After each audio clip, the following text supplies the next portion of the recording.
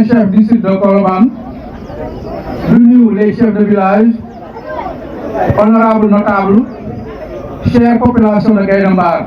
mesdames, messieurs. C'est avec une immense joie et une profonde satisfaction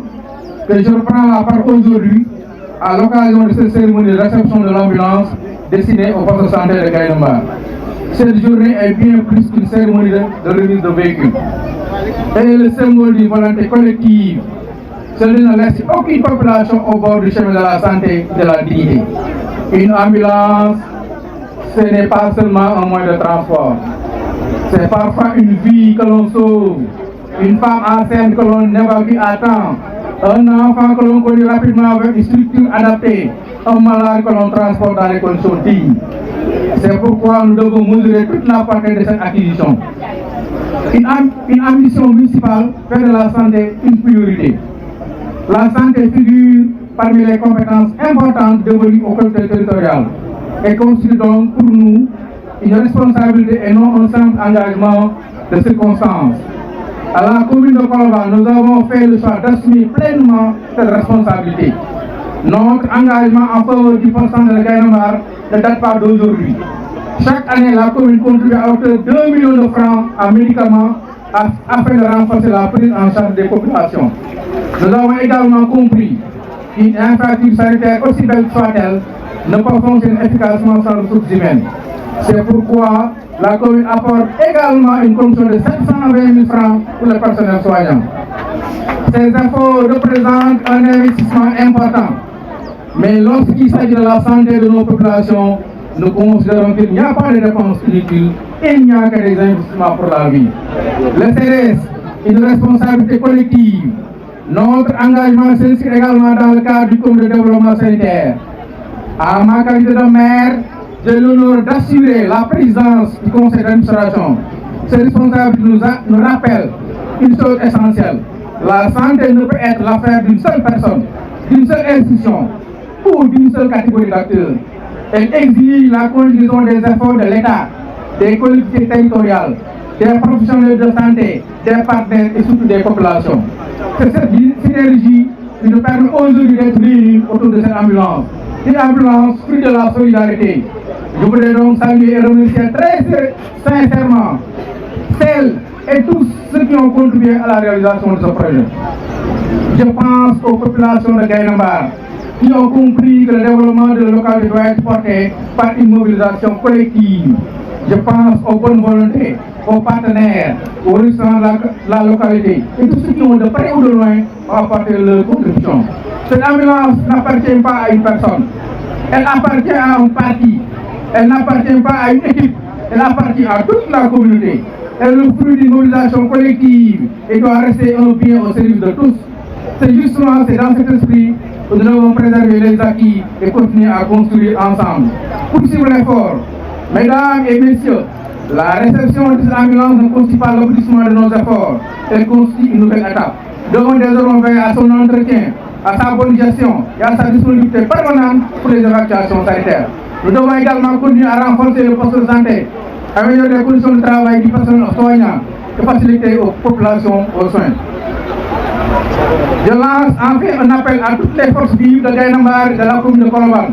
Continuons à travailler ensemble. Mettons de côté les divergences qu'il s'agit de l'essentiel. Et l'essentiel aujourd'hui, c'est la vie, la santé et le bien-être de nos populations. Comme le rappelle une belle pensée, la grandeur d'une communauté se mesure à la manière dont elle protège les plus vulnérables. Cette ambulance doit être donc le symbole d'une communauté qui se tient debout, une commune qui assume. Que cette ambulance serve longtemps Gaïdambar, qu'elle soit un instrument de secours, d'espoir et de solidarité, qu'elle permet de sauver des vies et soulager des familles. Ensemble, continuons à faire de la santé une priorité. Vive Gaïdambar, vive la commune de Colobane, vive la santé communautaire et vive le Sénégal. Assalamu alaikum wa Gaïdambar. Assalamu alaikum wa Gaïdambar. Nous, monsieur le sous-préfet, nous, médecin chef de district, nous, les chefs de village, nous, délégation maire bi teew, nous ñëpp ñu askan Gaïdambar. Lii nag lu am solo lu ñu bëggoon la Yàlla dogal ko donc ñu ngi sant yàlla li ñu jox nii muy ambulance su Gaïndé Mbar dina xamal ne maire lu ko tax a teg mooy faj soxla askan wi te loolu ci la nekk dina xam ne poids santé ñu ngi ci doxin mucc ayib chaque année dinañ jox 1 million de francs pour médicament poste santé Gaïndé Mbar le personnel soignant dañ ko aussi 720 000 muy 1 million 720 000 yoo xam ne commune bi ñu koy jàppale poste santé Gaïndé Mbar commune aussi moo tax ba courant bi comme santé bi faytu ko am nañ exonération donc macha allah commune bi ñu ngi jàpp bu baax a baax comité de santé bu Gaïndé Mbar donc commune bi la santé suñu compétence la priorité pour ñun incha allah lépp lu nga xam ne nii jafe-jafe la dañuy taxaw bëgg nañ wax dëgg yàlla taw ci soxla yi waa Gaïndé parce que waa Gaïndé population bu takku lañ population bu am fayda lañ population bu gëm seen bopp donc ñu ngi sant góor ñu ngi sant jigéen ñu ngi sant médecin chef ñu ngi sant sage-femme ñu ngi sant matrone ñu ngi sant ñëpp ñoo xam ne ñu ngi liggéey ci santé bi ñu sant encore une fois le comité de santé ñu nuyu ñu sant Gaïndé en marche ñu sant ñëpp salaam jërë ngeen jëf. Et l'ensemble du conseil municipal, monsieur le chef de village de Gaïndé Mbar et l'ensemble des chefs de village avec qui nous sommes là, monsieur le médecin chef du district de Colobane, notre ami docteur Bob, mesdames, messieurs, chers invités. C'est avec plaisir que nous sommes aujourd'hui à Gaïndé Mbar pour réflexionner une ambulance pour le poste de santé de Gaïndé Mbar. La réunion que nous sommes en présence depuis et nous sommes assaillis par la pluie. Ce n'est pas grave et on va faire avec.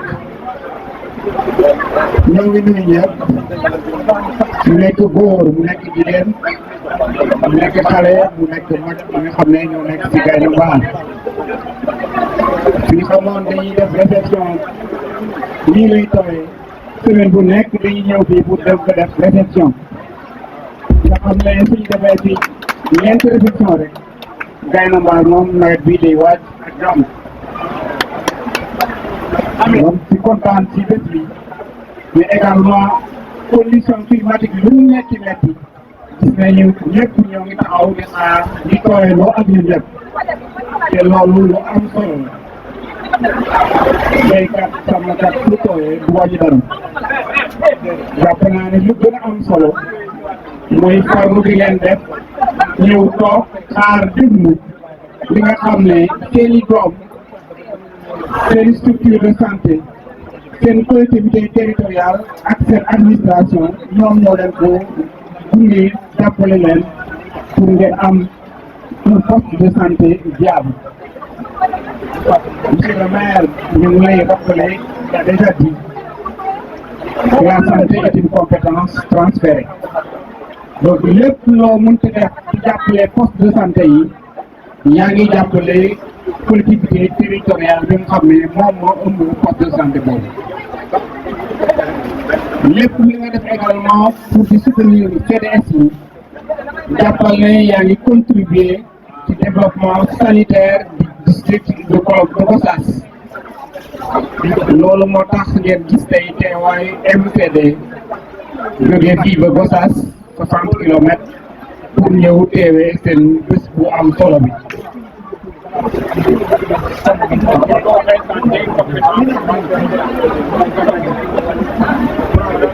Diop ko raako bel ok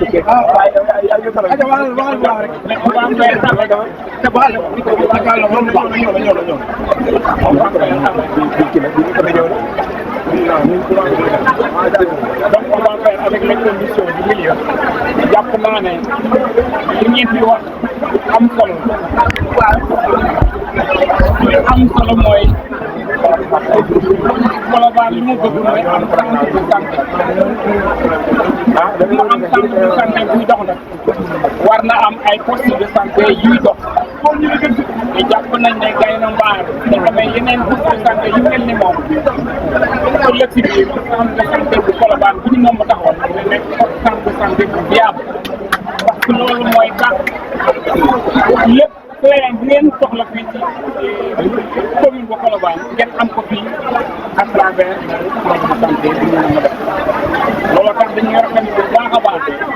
action bi nga xam ne comité de développement sanitaire bi moo ko def dakaa def nag ci ndigalalu conseil de direction bu ko yilif mooy le maire de la commune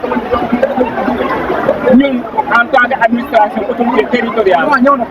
dañ leen di gunge di leen accompagner pour que lépp li ñu mën a def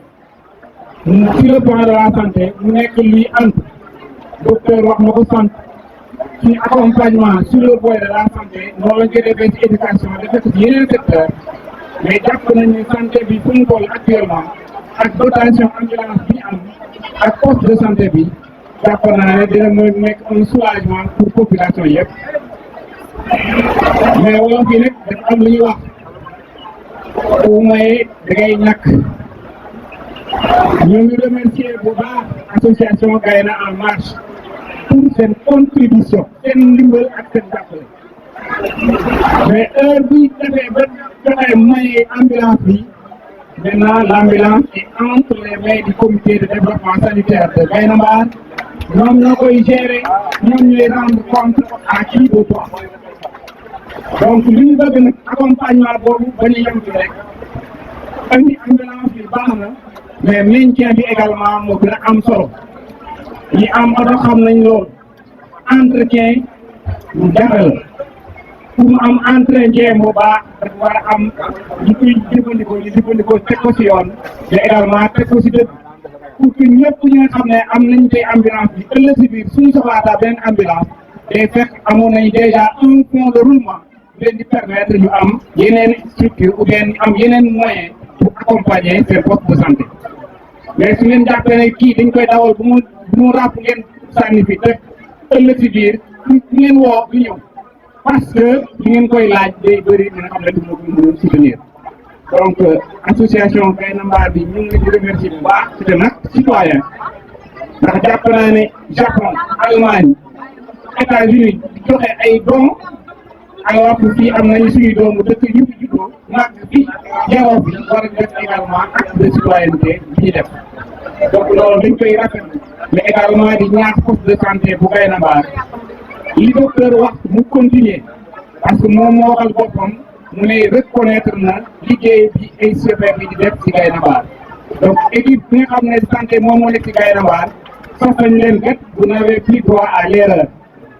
ndax su fekkoon li ngeen waxoon defu leen lu baax su boobaa da ngeen di góorgóorlu jëm ci kaw mais comme da ngeen aj baar bi ci kaw nag des ko moo jafe donc li ñu leen di ñaax rek mooy ngeen rester sur cette voie pour que poste de santé de Colobane de Gaïndé Mbar bi mën a dox pour que également l'ensemble des postes de santé yi nga xam ne ñoo nekk fii ci commune Colobane mën a dox pour que suñu centre de santé bi ñu naan am mu nekk un centre de santé viable à un niveau vraiment respectable donc loolu la amoon di ko jot li di ko wax vraiment di rafetlu bés bi di rafetlu engagement ak attachement ñuy taw yëpp ñëpp ñu toog di xaar donc loolu day wane ne vraiment lii leen soxla moo tax ñu yemale ci kàddu bi di ñaan yàlla lépp lu ñu wax lu baax téye lépp lu ñu xam ne wax nañ ko ci yéemul maanaam également ñu bàyyi ko de côté pour que am liggéey bu baax pour que dans la bonne voie. Merci.